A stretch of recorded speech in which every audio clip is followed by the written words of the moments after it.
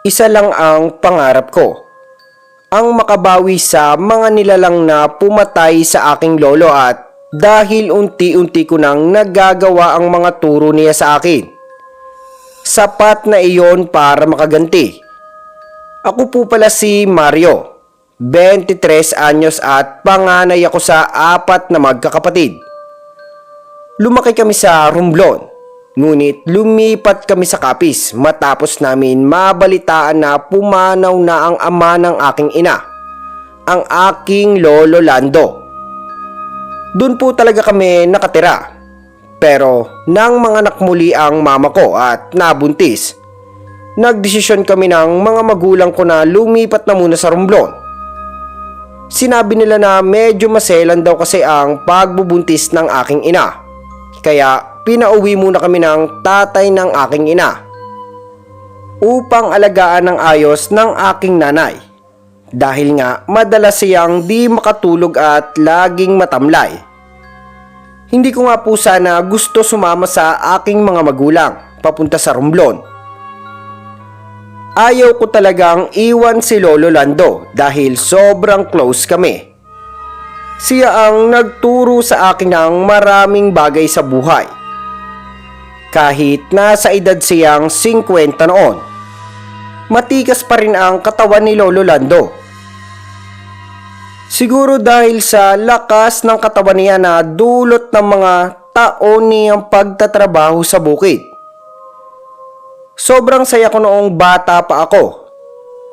Lagi akong kasama ni Lolo at may mga araw pa na sa bahay nila ako natutulog. Namatay na kasi ang aking lola, kaya si Lolo Lando na lang ang kasama ko.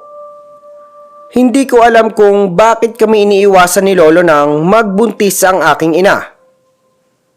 Siguro may dahilan na hindi ko maintindihan noon. Kaya kami napilitang tumira sa Romblon. Kahit na malayo ito sa kanyang bahay.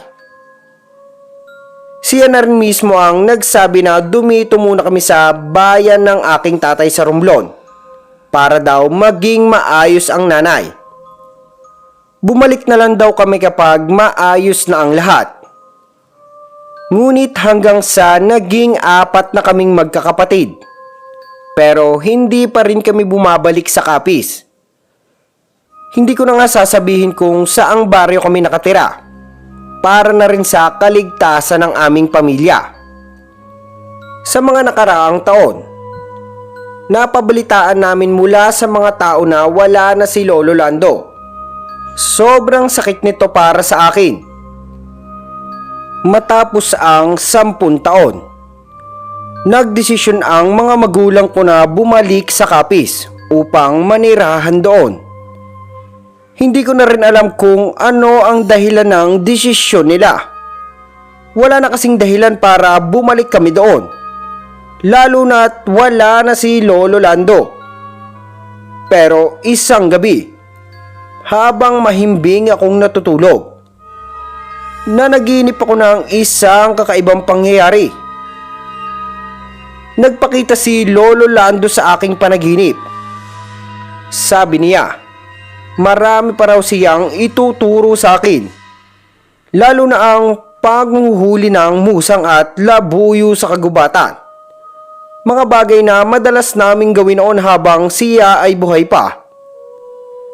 Nang magising ako kinabukasan, naramdaman ko na may gustong ipagawa sa akin ng lolo. Kaya sumama na ako sa mga magulang ko na bumalik sa Capiz. Sa totoo lang, mabigat sa akin ang magbalik sa lugar na walang Lolo Lando. Tahimik ako habang naglalakbay kami.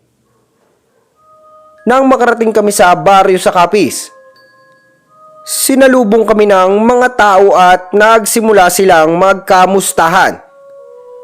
Parang walang katapusang kwentuhan ang naganap. Hanggang dumating ang hapon at may pamilyar na mukha akong nakita na papalapit sa aming tahanan. Tiyo, pumasok po kayo ng makapagkape. Imbitasyon ni tatay matapos makita ang matanda. Ayan na ba si Lando? Binata na talaga. Tanong ng isang matandang lalaki na itago na lang natin sa pangalang Katonyo. Ang matandang ito ay isa sa mga kasamahan ni Lolo Lando noon sa paghahanap ng ibon sa gubat. Pero kahit matanda na siya, matikas pa rin ang katawan. Tila ba hindi tumatanda sa kabila ng mga taon ng pagpapagod sa bukid. Oho, Tiyo Tonyo, siya na ang batang kasama niyo noon ni Itay. Masayang sagot ni Inay. Alam mo, iho, lagi kang laman ng kwento ni Lolo Lando mo. Kwento ni Katonyo habang umiinom ng kape na niluto ni Mama. Ngumiti na lamang ako nang marinig iyon. Ngunit sa totoo lang, nagtatampo ako sa sarili ko. Dahil hindi ko man lang nabilang ang makasama ang lolo ko bago siya pumanaw. Katonyo, pwede po bang magtanong? Lihim kong tanong kay Katonyo habang siya ay humihigop ng kape. Ano yun, iho? Tanong niya habang tinimplahan ng mama ko ng kape ang aking Itay. Ano po bang sanhi ng pagkamatay ni Lolo? Nakakalungkot po kasi. Ang alam ko po ay malakas pa siya katulad niyo po. Tanong ko na may halong pagtataka at kalungkutan.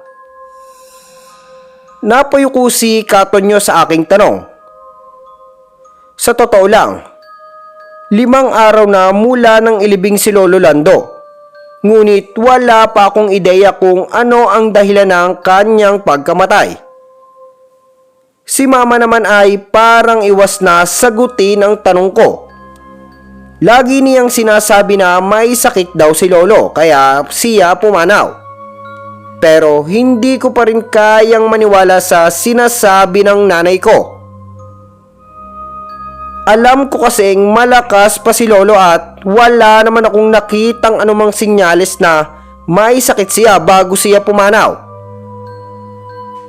Batay ito sa aking nakikita at bukod doon, may napansin lang ako na malaking galo sa kanyang liig at pansin ko yon kahit nakasuot siya ng barong.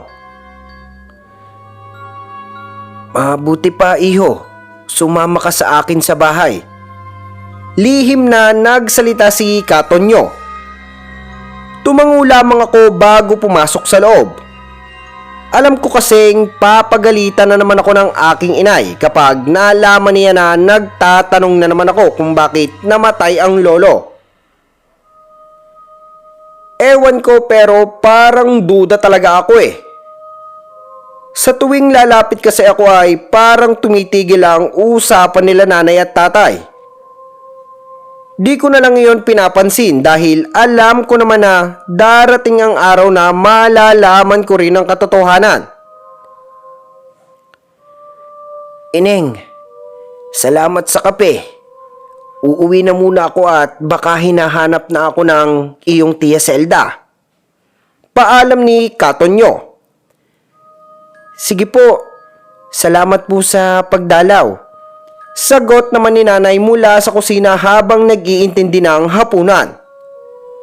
Dumungaw ako sa bintana kung nasaan malapit ang aming balkonahe.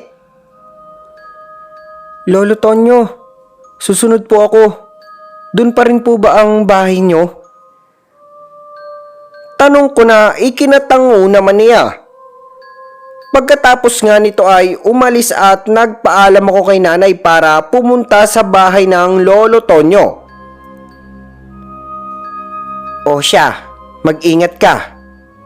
Pasama ka sa kapatid mo. Wika ni nanay, pero di na ako nagpasama sa kapatid ko dahil abala ito sa paglalaro. Wag na inay, aalis na ako. Sagot ko naman at umalis na agad sa bahay.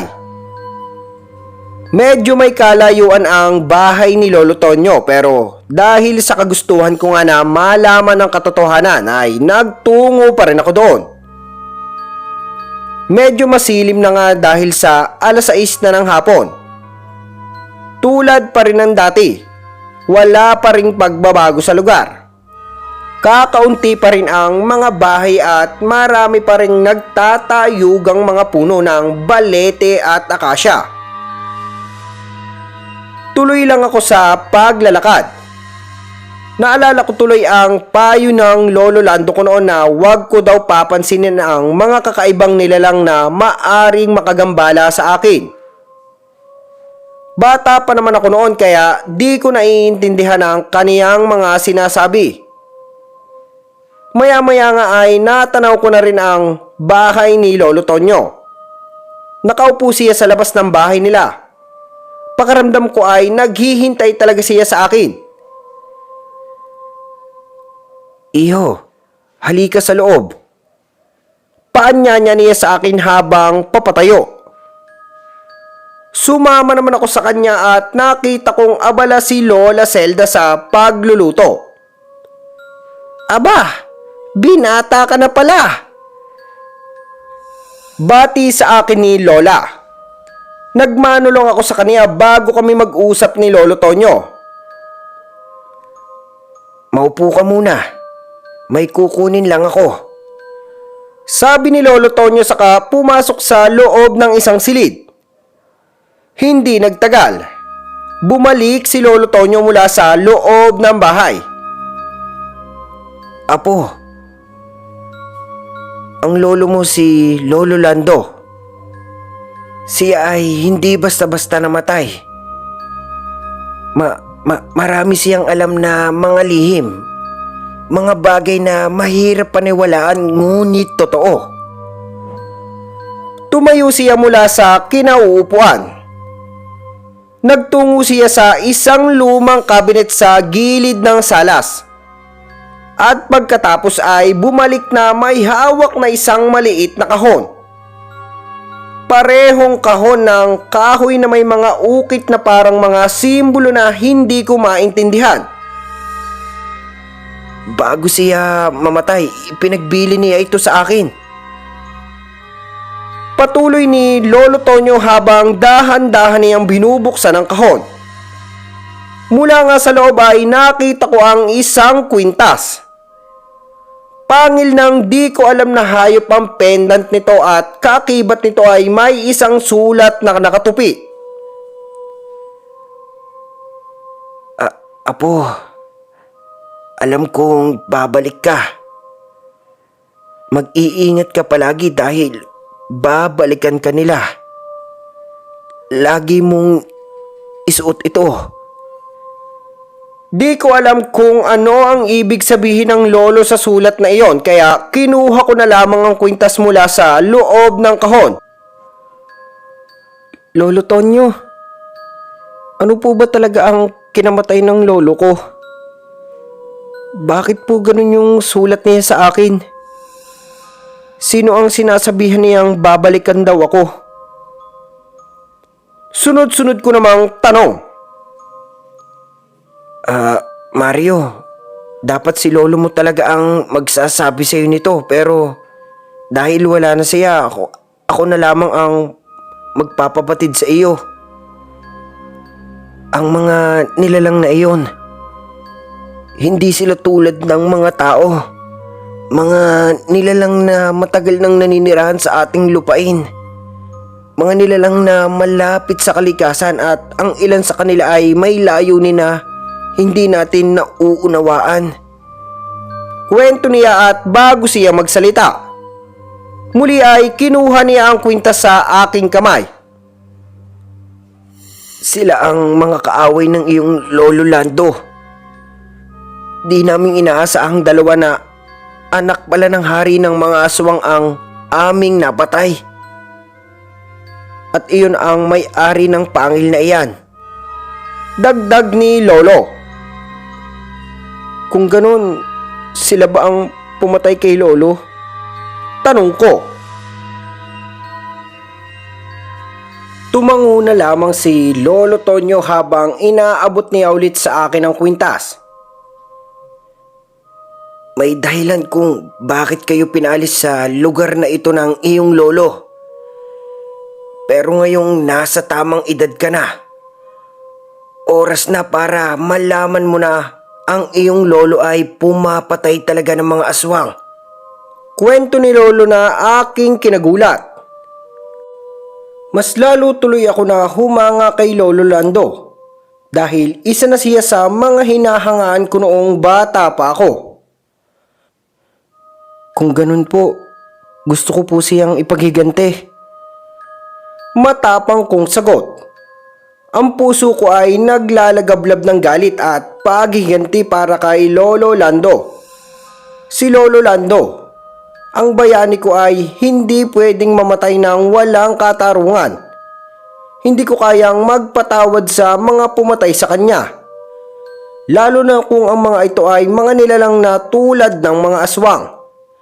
Dapat silang mawala sa mundo dahil wala silang awa.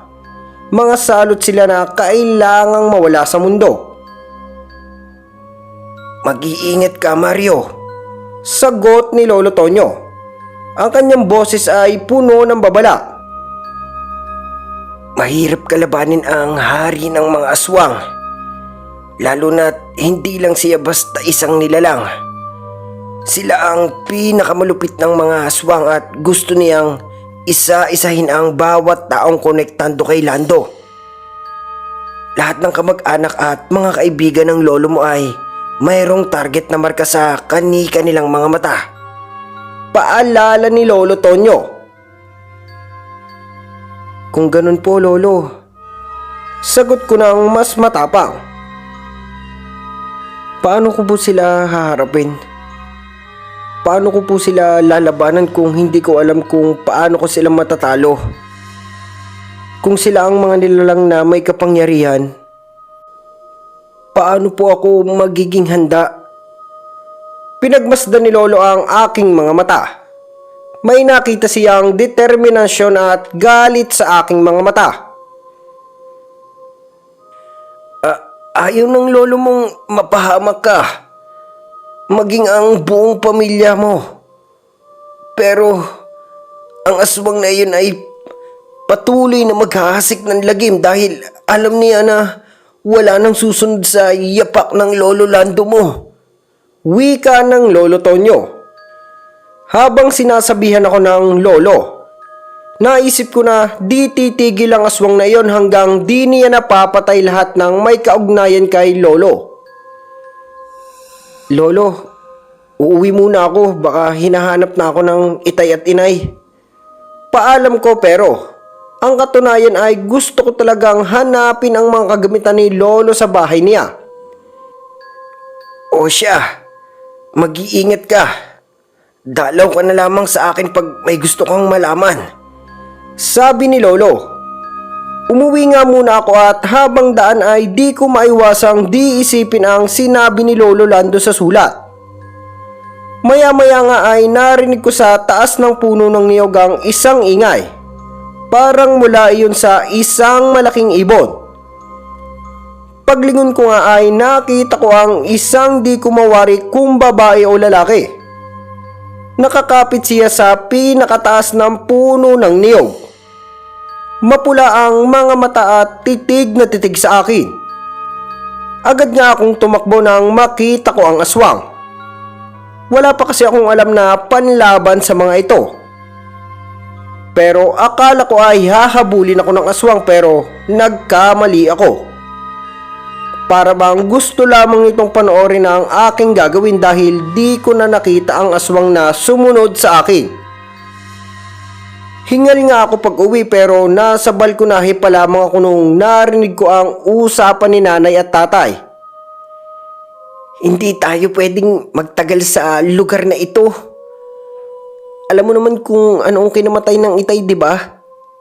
Sabi ni nanay kay tatay. Agad akong pumasok para alamin kung alam ba talaga ng inay ang totoo. Gusto ko lang malaman sa kanya mismo kahit nga alam ko na ang buong katotohanan. Nabigla nga sila nang makita akong biglang pumasok sa sala. Tulad nga ng dati, tumigil din sila sa pagtatalo. O Mario, andyan ka na pala. Kumain ka na. Wika ni inay habang papunta sa kusina para ipaghain ako na makakain. Inay, itay, alam ko na asawang ang pumatay sa lolo. Kailangan maipaghinto ko ang pagkamatay niya. Agad kong sabi na ikinagulat naman nila. Anong pinagsasabi mo? May sakit ang lolo mo. Yun ang kinamatay niya. Tatapusin lang natin ang ika-40 araw ng kaniyang kamatayan at uuwi na tayo sa Romblon. Ani naman ni inay. Inay, wag mo na itago ang katotohanan. Alam ko na at ito. Bago ako magsalita, pinakita ko ang kwintas na bigay sa akin ni Lolo. Ito, iniwan niya ito sa akin dahil kailangang mapuksa ang kaaway. Dagdag ko na ikinagulat ng nanay at tatay. Mario, di mo naiintindihan. Mahirap silang kalaban. Giit naman ni tatay. Naitay, di tayo ligtas kaya hanggat maaari lumaban tayo. Kung ayaw ninyo, ako na lang. Bibigyan ko ng katarungan ang pagkamatay ni Lolo. Matigas kong wika. Napayuko na lang ang inay at napaupo sa bangko. Anak, nag-iisang lalaki ka at ayoko na maging katulad ka ng Lolo Lando mo. Alam mo bang nawala ang aking mga kapatid maging ang aking ina dahil sa pagiging mamamatay aswang niya at hanggang ngayon, hinahanap pa rin tayo ng mga aswang na yun. Sabi ni inay na nagdulot ng matinding gulat sa akin habang binibigkas niya ang mga salitang iyon. Parang ang mga mata ko'y tinatablan ng galit. Hindi ko alam kung saan magsisimula. Galit ako sa mga aswang. Oo. Pero higit sa lahat, galit ako sa aking ina at ama. Bakit hindi nila ako tinutulungan? Bakit hindi nila kami pinagtatanggol? Pumili ba sila ng katahimikan kaysa maghiganti laban sa mga demonyong ito? Para bang tinanggap nila na hindi namin kayang labanan at nananatili silang tahimik. Nagmamasid habang ang mga aswang ay patuloy na gumugulo ng buhay at nagpapakalat ng takot. Hindi ko na kayang maghintay pa. Hindi ko kayang manatili sa dilim ng kanilang mga desisyon na parang nananahimik lang kami. Habang ang pamilya ay pilit na nilalapastanganan ng mga nilalang na ito. Kaya't pagkatapos kong kumain, hindi na ako nagdalawang isip. Pumunta ako sa ikalawang palapag ng bahay. Di naman ganun kalakihan ng bahay at gawa ito sa kahoy. Ngunit puno ng alaala at lihim. Sa loob nga ng lumang aparador ay may nakita akong mga gamit na pamatay aswang. Andun pa rin yung sibat at buntot ng pagi na madalas kong makita na dala-dala niya tuwing may pupuntahan kaming gubat. Kinuha ko ang mga yon at napansin ko na nakasilip lamang ang aking ina sa pinto. Di ko na lamang siya binigyang pansin at nagpatuloy ako sa aking ginagawa. Alam kong may dahilan kung bakit nagpakita siya sa aking panaginip at kung bakit nag-iwan siya ng mahalagang mensahe sa akin. Nung gabing iyon, nagdesisyon akong doon matulog sa kwarto ni Lolo. Isang kwarto na madalas ay puno ng alaala ng mga nakaraan. Habang nagpapahinga at nagmumuni-muni ako, nag-iisip tungkol sa mga nangyaring hindi ko palubos maintindihan. Napansin ko ang isang kakaibang anino sa labas ng bintana. Dahan-dahan akong dumungaw at nakita ko ang isang aswang na nakalutang sa hangin. Matalim ang bawat titig nito at parang galit na galit. Alam ko na ako ang puntaryo nito. Kaya di ako nag-atubuling kunin ang kagamitan ni Lolo. Pero masyadong malayo ang aswang at patuloy lang itong nakalutang sa hangin. Buhaghag ang buhok nito at sobrang pula ng mga mata. Wala naman itong pakpak at tila sinasabayan nga lamang ang hangin. Maya-maya nga ay nakaramdam ako ng matinding paninikip ng dibdib. Parang may kung anong bagay na pumigil sa akin para makahinga ng maluwag. Pilit kong nilabanan ang paninikip ng dibdib ko pero di ko magawa. Habang nahihirapan ako, nakita ko kung paano itong umiti. Parang tuwang-tuwa pa siya habang nakikita akong nahihirapan. Maya-maya nga ay parang nanlalabo na ang aking paningin. Parang biglang naging makapal ang hangin sa aking paligid. Buti na nga lamang at bago ako tuluyang mawala ng ulirat ay dumating si inay at itay. Matapos nun, di ko na alam ang nangyari. Nagising na lamang ako sa haplos ng mainit na tuwalya sa aking noo. Pagmulat nga ay medyo maliwanag na sa buong kabahayan. Matagal na pala akong nawala ng malay dahil nasa bahay na rin namin si Lolo Tonyo at ang asawa nito. Buti na kayanan mo magising, sabi sa akin ni Lolo Tonyo. Di ko naman maunawaan ang kanyang sinabi. Ano pong nangyari? Inosenteng tanong ko habang nakatingin sa paligid. Kita ko kasi ang pag-aalala ng aking mga kapatid na puro babae. Maging ang aking ina ay parang nag-aalala din. Malapit nang maghasik ng lagim ang mga aswang. Lalo silang nagiging malakas matapos malamang buhay ka pa. Kailangang magmadali ka dahil bilang na lamang ang mga araw, sabi ni Lolo. Tumungo na lamang si nanay. Alam kong payag siya at nakausap siya ni Lolo Tonyo. Magpahinga ka muna saglit, iho.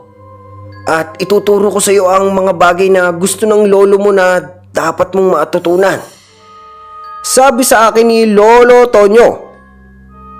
Siguro mga ilang araw rin bago ako makarecover at nagsimula nga akong turuan ng lolo ng mga bagay na dapat kong matutunan. Mula sa paggamit ng kagamitang pamatay aswang at sa mga dapat ikilos ng isang tulad nilang pumapatay ng aswang. Buti nga at pumayag na rin si nanay at tatay na matutunan ko ang pakikipaglaban dahil na rin sa kagustuhan ko. Walang araw na hindi kami nag-ensayo ni Lolo Tonyo. Bawat hakbang at galaw ng aming pagsasanay ay tila may mga alaala ng mga nagturo sa kanya. At nakikita ko rin si Lolo Lando sa kanya. Parang siya na rin ang nagtuturo sa akin. Ipinapasa ang mga kaalaman at tradisyon na mula sa mga nakaraang henerasyon. Sa bawat salita ni Lolo Tonyo, naaalala ko ang mga aral ni Lolo Lando. At kahit na magkaibang tao sila, parang may koneksyon na nag-uugnay sa kanilang mga tinig at mga hakbang. Hanggang isang araw ay nagpunta kami ni Lolo Tonyo sa isang bundok. Sa pinakatuktok nga ay nakita namin ang isang lumang simbahan. Ang simbahan ay gawa sa semento ngunit sa mga taon ng pagkakalantad sa panahon. Unti-unti na itong tinatabunan ng damo at mga halamang gumagapang.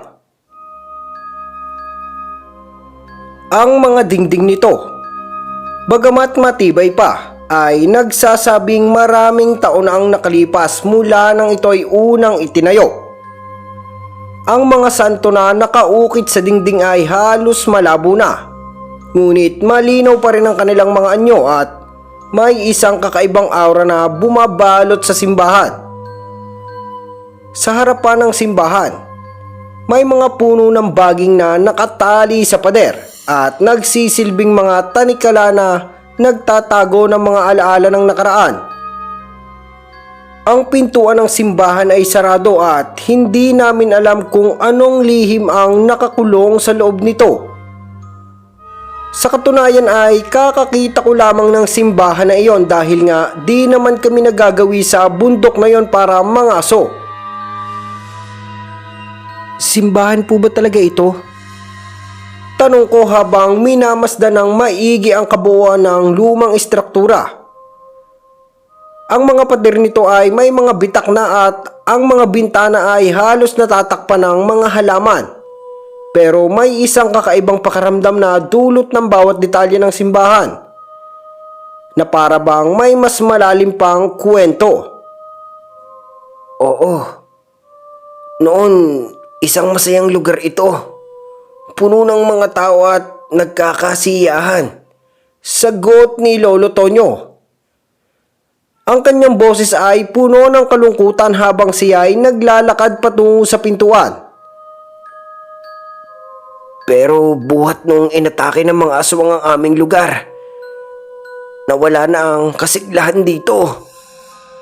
Ang mga salita ni Lolo ay parang isang pagninilay-nilay, puno ng lungkot at mga alaala ng mga araw na puno ng sigla at buhay. Noon ko nalaman na isa palang baryo ang lugar na sinira ng mga aswang. Ang simbahang ito ang tanging lugar na naging taguan namin noon at kung wala ito, lahat kami dito ay wala na. Dagdag ni Lolo. Ang kanyang tinig ay puno ng hinagpis. Parang ipinapasa ang mga alaala ng labis na takot at hirap. Pagbukas nga ng pintuan, bumungad nga sa akin ang mga lumang gamit na puno ng kalumaan at mga alaala. Ang buong simbahan ay tila iisang sagradong lugar na tinalikuran ng panahon. Ang mga bakal na upuan ay nagsira-sira na. Ang mga kahoy na dating malakas at matibay ay ngayon ay nabalot ng kalawang at pagkasira. Ang mga gilid ng mga bangko ay may mga paltos at ang ilan sa mga ito ay nawawala ang mga bahagi. Pero kahit na ganoon ay alam ko na naging magandang kwento ang lugar na ito. Nagtungo nga kami sa pinakadulo ng simbahan at naroon pa rin ang agwa bendita na nakalagay sa isang malaking lagayan. Konti na lang ito pero sabi ni Lolo ay ilalagay daw namin ang kagamitang pamatay aswang sa tubig para maging mabisang muli. Parang tumagal kami ng ilang oras sa bundok at magsisilim na nga noong napagdesisyonan namin na umuwi na muna. Habang daan nga ay napansin namin ang ilang yabag ng paa na parang sumusunod sa amin. Natandaan ko ang mga sinabi ni Lolo Lando noon na huwag ko raw bigyang pansin ang mga ito sa halip ay maging alerto ako. Napansin ko na naging mapagmatsyag si Lolo Tonyo sa bawat takbang niya, hanggang sa parang bumibigat na ang paligid. Iho, maghanda ka. Nakapalibot sila. Bulong ni Lolo at bigla ko ngang naramdaman ang ilang mata na nakamasid sa amin. Patuloy lang kami sa paglalakad hanggang sa may bigla na lamang humarang sa aming daan. Isang lalaking parang puro grasa ang katawan. May kataasan ito at nakakatakot na itsura. Maligayang pagdating, Apo ni Lando. Bati sa akin ang isa pang lalaki na nakaupo sa taas ng puno ng akasya. May guhit ito ng puti sa katawan pero ang kanyang mga mata ang naglilingas sa pula. Malaki ang katawan nito at parang aso ang kaniyang mga pangil. Mukha siyang demonyo dahil sa maitim niyang mga gilagid at amoy kalawang na amoy. Kasama mo pala si Tonyo. Dagdag ng aswang. Bigla nga akong kinapitan ni Lolo Tonyo at agad niya akong sinenyasan. Pero di ako nagpatinag. Gusto kong gantihan ng mga aswang na ito para sa ikakatahimik ng kaluluwa ng aking lolo. Ikaw ba ang pumatay kay Lolo? Galit kong tanong. Bakit? Siya lang ba ang marunong pumatay? Wala nang matitirang lalaki sa lahi nyo. Lahat kayo ay uubusin ko. Galit na wika ng lalaking aswang. Kung ganun, ikaw pala ang aking hinahanap. Matapang kong sabi at agad kong nilabas ang espada ni Lolo. Patayin sila! Utos naman ito at biglang ang dumami ang mga aswang na nakapaligid sa amin. Iyo, mag-iingat ka. Malakas sila dahil bilog ang buwan. Paalala ni Lolo Tonyo. Agad nga akong pumwesto ng ayos habang hawak-hawak ng mahigpit ang espada. Alam kong tutulungan ako ni Lolo Lando para mapatay ang mga halimaw na ito, maging ang kanilang pinuno. Isang malakas na tunog mula sa aking likuran ang sumabog sa katahimikan ng gubat. Bago ko pa man magawang lumingon, ramdam ko na ang puwersa ng hangin na nagmumula sa isang mabilis na pagsugod. Agad kong winasiwas ang aking espada. Ang talim nito ay kumikislap sa dilim, tumatama sa hangin at naghahanap ng target. Ngunit hindi ko sila nakita. Tila ba ang mga anino mismo ng mga naglalakihang puno ang naging taguan nila. Lumabas mula sa dilim ang unang aswang. Ang kanyang mga mata ay naglalagablab ng galit at ang katawan nito ay waring itim at kahila-hilakbot ay tumalon patungo sa akin. Ang pangil nito ay matalim at mabilis. Parang isang hangin itong nakaagad tumalon at iniiwasang matamaan. Ngunit sa bawat pag-iwas ko, may isa pang aswang na sumulpot mula sa anino. Kumilos ng walang abiso. Sumugod sila ng sabay-sabay gamit ang kanilang matatalas na pangil at mabilis na katawan. Ang una ay tumama sa aking tagiliran. Ang pangalawa ay sinadyang dumapo sa aking tiyan. Ngunit hindi ako nagpatalo. Hindi ako nagpasindak. Agad kong pinaatras ang aking katawan. Nagsagawa ng mabilis na galaw at tinangkang iwas-iwas ang espada sa isa sa mga aswang. Ang aking espada ay bumangga sa katawan ng isa sa kanila. Ngunit sa lakas ng aswang, ramdam ko sa bawat kilos ng hangin habang ako'y nagawa niyang itapon. Ang katawan ko'y parang piraso ng papel na tinangay ng malakas na hangin. Tumilapon sa damuhan. Ang aking likod ay tumama sa matigas na lupa. At ang sakit mula sa bawat paggalaw ko ay halos magpapahina sa aking katawan. Isang malakas na sigaw ang lumabas sa aking bibig. Ngunit hindi ko pinayagan ang sakit ng pagkatilapon ko ang maging mitya ng aking kamatayan. Habang ang mga aswang ay patuloy na nagsisipagtalunan patungo sa akin.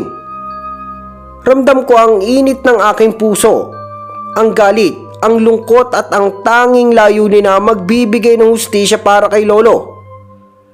Ang mga imahe ng sakripisyo ng lolo ko ay naglalaro sa aking isipan. Hindi ko pwedeng hayaang magtagumpay sila.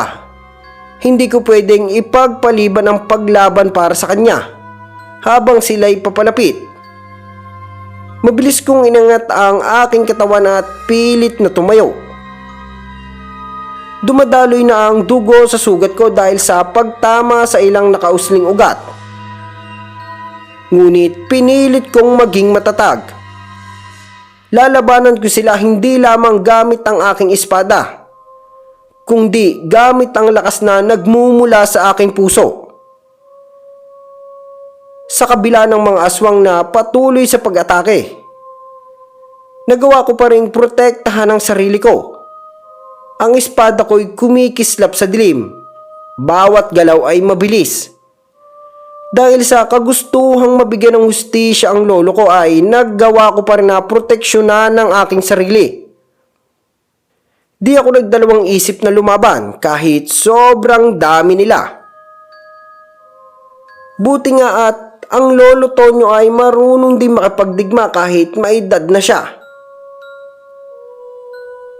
Ang tunog ng aking espada na tatama sa mga katawan ng mga aswang ay parang mga salpukan ng bakal at laman.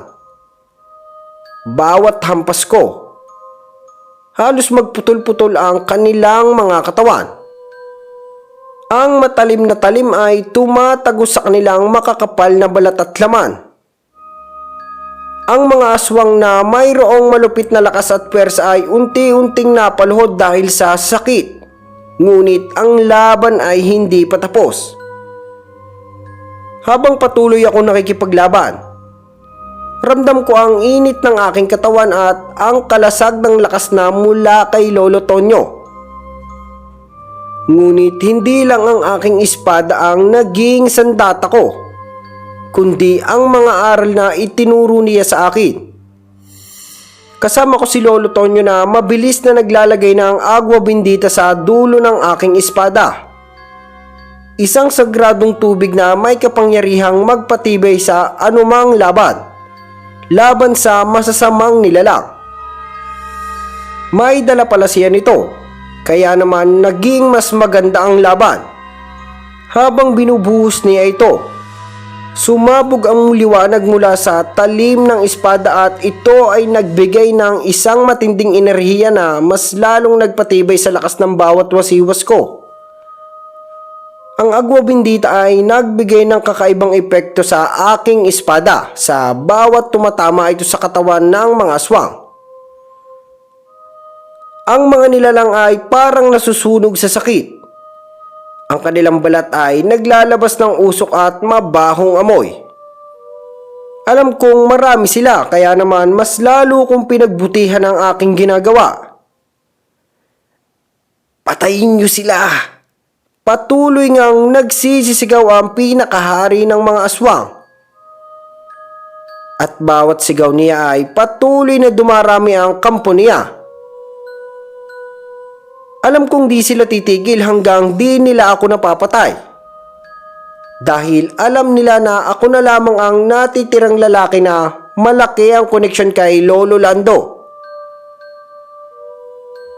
Gamitin mo ito, Mario! Sigaw ni Lolo Tonyo habang hinahagis niya ang isang maliit na armas na parang dagger.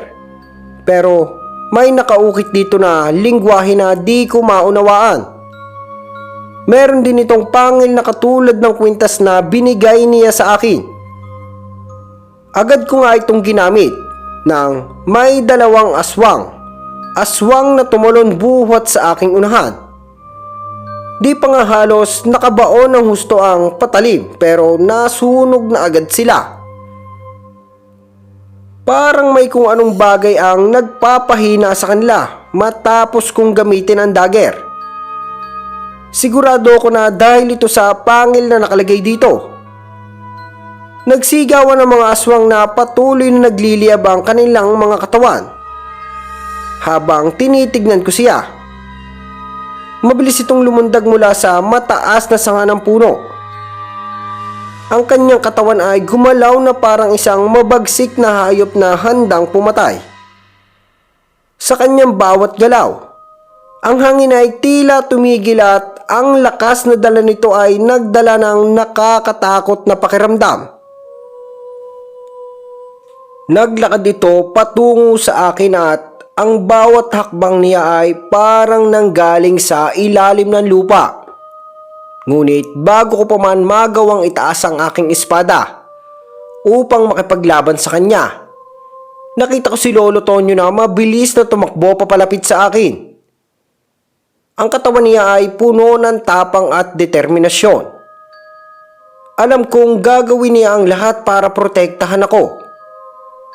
Siguro ganon na lamang kalakas ang haring aswang para isakripisyo niya ang sariling buhay. Ang mga mata ni Lolo ay puno ng galit at pagmamahal. At kahit siya ay matanda na, ramdam ko ang lakas ng kanyang presensyang parang gusto niyang maging kalasag ko sa pag-atake ng aswang.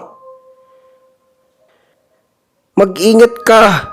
Sigaw ni Lolo Tonyo habang mabilis siyang humarap sa hari ng mga aswang. Sabay taas ng kanyang kamay at binanggit ang isang sinaunang salitang may kapangyarihan. Isang malakas na liwanag ang umilaw mula sa mga kamay ni Lolo at bago pa man makarating ang hari ng mga aswang, isang matinding puwersa ang lumaban mula sa mga kamay niya. Isang proteksyon na mabisa at matibay na nagpatibay at kay Lolo mula sa lahat ng panganib. Ang liwanag ay kumalat sa paligid para bang isang malakas na kalasag na hindi matitinag. Ngunit hindi pa tapos ang laban. Ang hari ng mga aswang ay umabot sa amin at isang malupit na pag-atake. Sinubukan niyang basagin ang proteksyon ni Lolo Tonyo. Hinawi niya ang ginawang proteksyon ni Lolo at agad niyang kinapitan sa damit ang matanda bago hinagis. Ramdam ko ang bigat ng pagsalampak ni Lolo sa lupa. Sa edad niyang iyon ay siguradong mababalian siya ng tadyang o kaya ng mga buto. Ang kanyang katawan ay hindi nakatulad ng dati at ang mga galos at sugat na dulot ng labanang ito ay nagsimulang magsanhi ng matinding sakit. Dahil rinig ko ang kaniyang hinaing. Matapos nga siyang ihagis sa lupa. Tumingin ako kay Lolo na ngayon ay nakahiga sa lupa ang katawan niya. At sugat ang sugatan. Ngunit ang mga mata niya ay puno pa rin ng tapang. Pinilit niyang bumangon. Ang kaniyang mga nanghihinang katawan ngunit kita ko ang pagngiwi ng kanyang mukha na parang nahihirapan. Muling nagdilim ang paligid sa pagkawala ng konting liwanag. Dinig ko naman ang bawat hakbang ng aring aswang. Sa bawat hakbang niya, ang hangin ay kumakapit sa balat ko. Bigla akong tinalaban ng takot ng mga oras na iyon, Sir Gimbal. Dahil alam kong hari na ng aswang ang kalaban ko at di ordinaryong aswang lamang. Agad ko ngang kinapitan ng mahigpit ang aking armas, habang papalapit ang hari ng mga aswang. Alam kong pagkakataon ko nang gumanti sa kanya pero ang kanyang mga hakbang ay nagdadala sa akin ng bangungot. "Huwag ka nang lumaban dahil wala ka nang magagawa." Ngisi nito habang dahan-dahang lumalapit sa akin. Kita ko rin ang mga biglaang pagbabago ng kanyang mga mata na parang naghihipnotisya sa akin. "Huwag ka magpadala sa kanya." Nanghihina pero matapang ni sigaw ni Lolo Tonyo. Agad ko naman iniwas ang aking tingin sa aswang at agad kong winasiwas sa hangin ang espadang daladala ko. "Tulad ka rin ng Lolo Lando mo. Isang hangal na kumalaban sa mga tulad namin. May pagkakataon ka pa para mag-isip kung ayaw mong mamatay din tulad niya." Wika ng aswang. Ang kanyang mga mata ay puno ng puot at paghamak. Ang boses niya ay parang isang malamig na hangin na dumaan sa aking tainga. Bawat salita ay may kasamang banta ng kamatayan. "Hindi.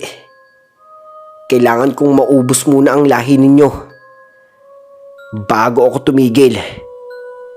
Napatay na ng lolo ko ang anak mo at ako naman ang papatay sa iyo."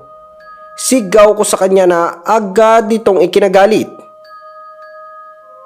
Alam kong mas tumindi ang galit niya matapos niyang marinig ang anak niya. Agad itong umalulong sa ilalim ng malamlam na buwan. At sa isang kisap mata, nagbago ang kanyang anyo. Bigla na lamang itong naging isang kakilakilabot na nilalang.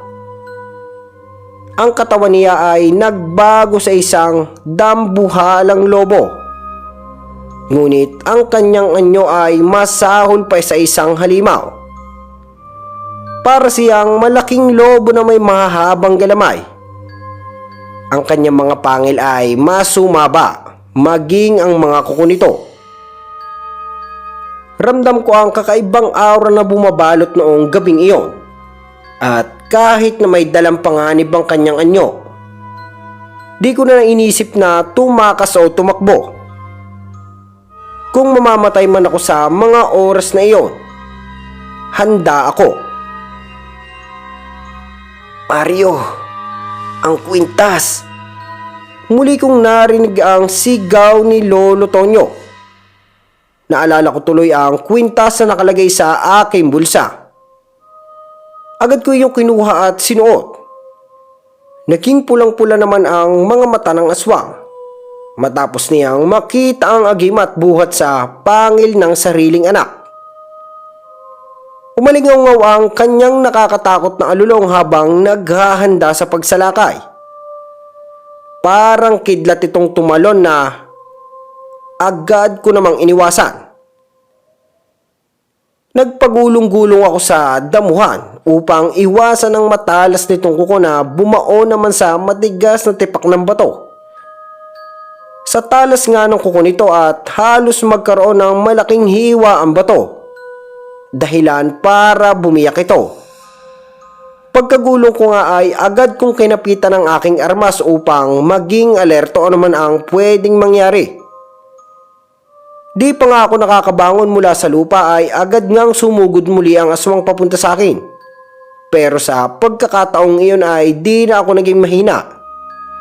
Agad kong inundayan ang taga ang kamay nito dahilan upang magkaroon ng maliit na sugat ang kanyang braso. Pero dahil nga espada lamang ang aking pinantaga ay di siya natinag. Kulang na kulang pa ang aking lakas at habang nakikipaglaban ako, ang katawan ko ay nagsimula ng manghina. Hindi ko na kayang labanan pa ang aswang dahil parang nanghihina na ako. Sa dami ko ba namang nilaban ng aswang ay parang bibigay na ang aking katawan. At sa bawat hakbang ko, ang pagkatalo ko ay parang papalapit ng papalapit. Habang ako'y patuloy na lumalaban, kita ko mula sa paligid ng aking mga mata ang matinding hirap na nararanasan ni Lolo Tonyo. Sa kabila ng kanyang mga sugat, nagsusumikap siyang gumapang. Halos hilahin na niya ang kanyang sarili upang makapagtago siya sa isang ligtas na lugar. Alam kong hirap na siyang tumayo at bawat galaw niya, parang pinaglalabanan na lamang niya ang sakit at panghihina ng katawan. At kung lalaban pa siya, sa ganong kalagayan ay maaari niyang ikamatay. Nagngangalit naman ang ngipin ng aswang matapos ako makailag sa kanyang mga kuko. At nang makatsyempo ay agad ko namang winasiwas muli ang aking espada upang puntirihin ang dibdib ng aswang. Alam ko kasi na ako ang gusto niyang patayin muna. Tumutulo ang malagkit nitong laway habang ang dila nito ay kay haba ay umiikot sa kanyang bunganga. Ang titig nito ay lalong naging masama at parang gusto niya akong lamunin ng buhay. Dapat kong patayin ang aswang na ito. Bulong ko sa aking sarili habang tinitignan ang maaring mahinang parte ng katawan ng aswang. Pero di pa nga ako nakakatitig ng matagal ay nariyan na naman siya para atakihin ako. Ang aswang ay muling sumugod at mabilis at walang kung ano-anong lumundag sa dilim. Sa isang kisap mata, akma niyang kakagatin ang aking braso. Ang mga pangil nito ay lumabas. Parang matutulis na pangil ng isang mabagsik na hayop. Ngunit hindi ako nagpatinag. Sa mabilis na pag-iwas, sinangga ko ang kanyang atake gamit ang aking espada. Ang talim nito ay humarap sa kanyang matatalas na pangil. Ang tunog ng pagbangga ng bakal at pangil ay nagdulot ng isang malakas na tunog. Ang lakas ng aswang ay hindi matinag, ngunit ako'y hindi rin magpapatalo. Ang mga kamay ko ay nanginginig dahil sa pagod. Ang aking buong katawan ay nagsusumikap upang pigilan ang kanyang puwersa. Parang kada tulak ko sa kanya ay tila mababali ang aking espada. Kitang-kita ko pa rin ang kaniyang mapupulang mga mata na pilit na tumititig sa akin ng matatalim. Hanggang sa maalala ko ang dagger na aking nilagay sa aking bulsa. At habang nilalabanan ko ang lakas ng aswang, ay agad ko ngang kinapa ang isang patalim at agad kong inundayan ng saksak ang dibdib nito. Napaurong naman ito ng bahagya nang maramdaman niya ang pagbao ng patalim sa dibdib. Naramdaman ko naman ang pagbalik ng aking lakas matapos ko nga itong gawin. Parang nagiging malakas ako kaysa sa normal na tao. Siguro dahil sa anting-anting na dala ng armas na binigay ni Lolo Tonyo. O isa na rin sa dahilan ay ang kwintas na may pangil ng aswang. Ngayon na! Sigaw naman ni Lolo Tonyo na agad kong kinagulat. Agad niyang hinagis sa akin ang buntot ng pagi. Ginawa ko naman itong panali at mahigpit kong hinila ang kanyang liig. Hindi naman ito nakaalma at matapos kong magawang parang kadena ang buntot ng pagi. Napahiga naman ito sa lupa matapos siyang maligti nito. Sa pagkakataong iyon, di ko na pinalagpas at agad kong ang inundayan muli ng saksak ang dibdib nito. Galit na galit ang aswang pero di ako nagpadala sa kanyang mga titik. Alam kong malapit na siya manghina. Hilahin mo siya papunta sa simbahan. Utos sa akin ni Lolo Tonyo na agad ko namang ginawa. Di nga ako nag-atubiling hilahin siya at nakakapagtaka nga dahil mabilis ko lamang itong nagawa. Nanlalaban pa nga ang haring aswang.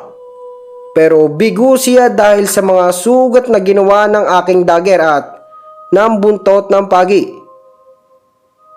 Hirap itong kumilos at di na magawang makagalaw ng maayos.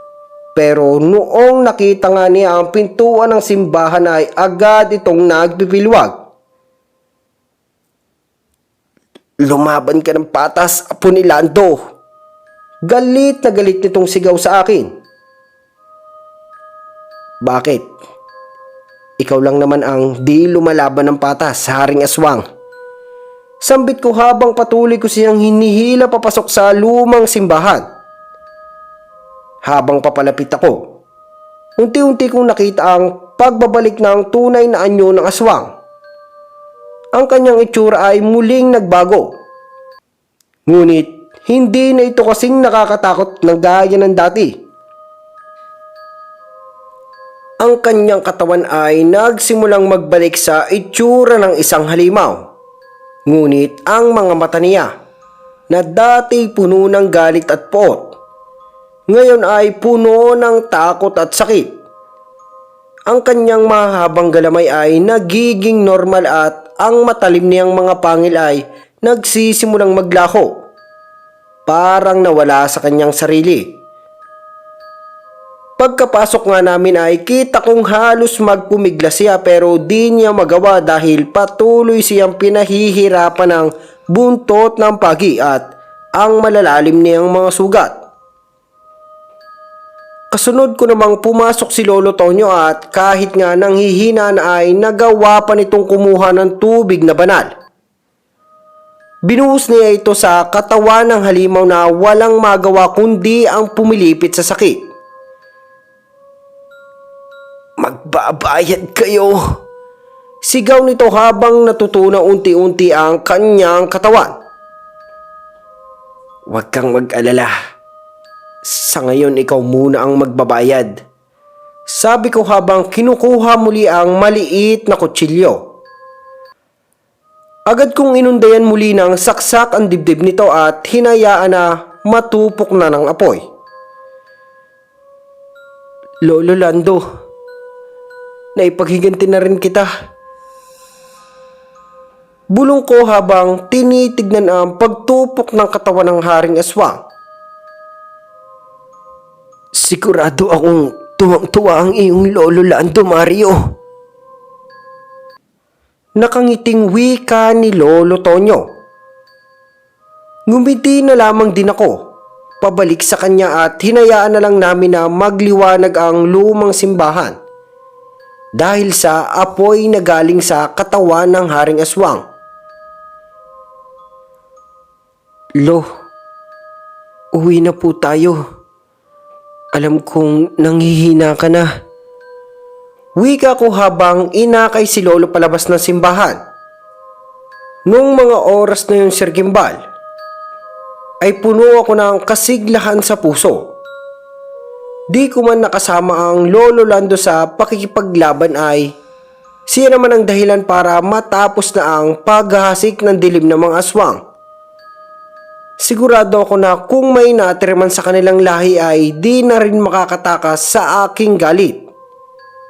Kaya naman kung sino ang may alam kung nasaan sila, pagbigay alam nyo agad sa akin dahil sa mundo natin, walang puwang ang tulad nila. Pagka-uwi nga namin ay sumalubong agad sila inay at itay, maging ang aking mga kapatid. Andun din si Lola Zelda na nag-aalala sa kanyang asawa. Tapos na po ang laban. Makahulugan kong wika habang pinaupo si Lolo Tonyo sa mahabang bangko upang mapahinga ng ayos at magamot agad.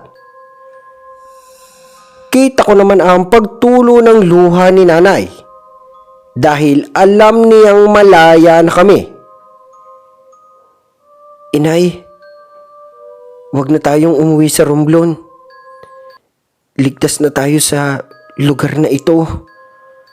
Dagdag ko at napatango na lamang ang aking nanay nang marinig ang aking mga sinabi. Kaya naman, Sir Gimbal, hanggang ngayon ay nandito pa rin kami nakatira. Ang magandang balita nga ay wala ng aswang sa kapis at tuluyan na lamang silang naging kwento. Pero para sa akin, di lang sila kwento, kundi malaking bahagi ng aking pagkatao.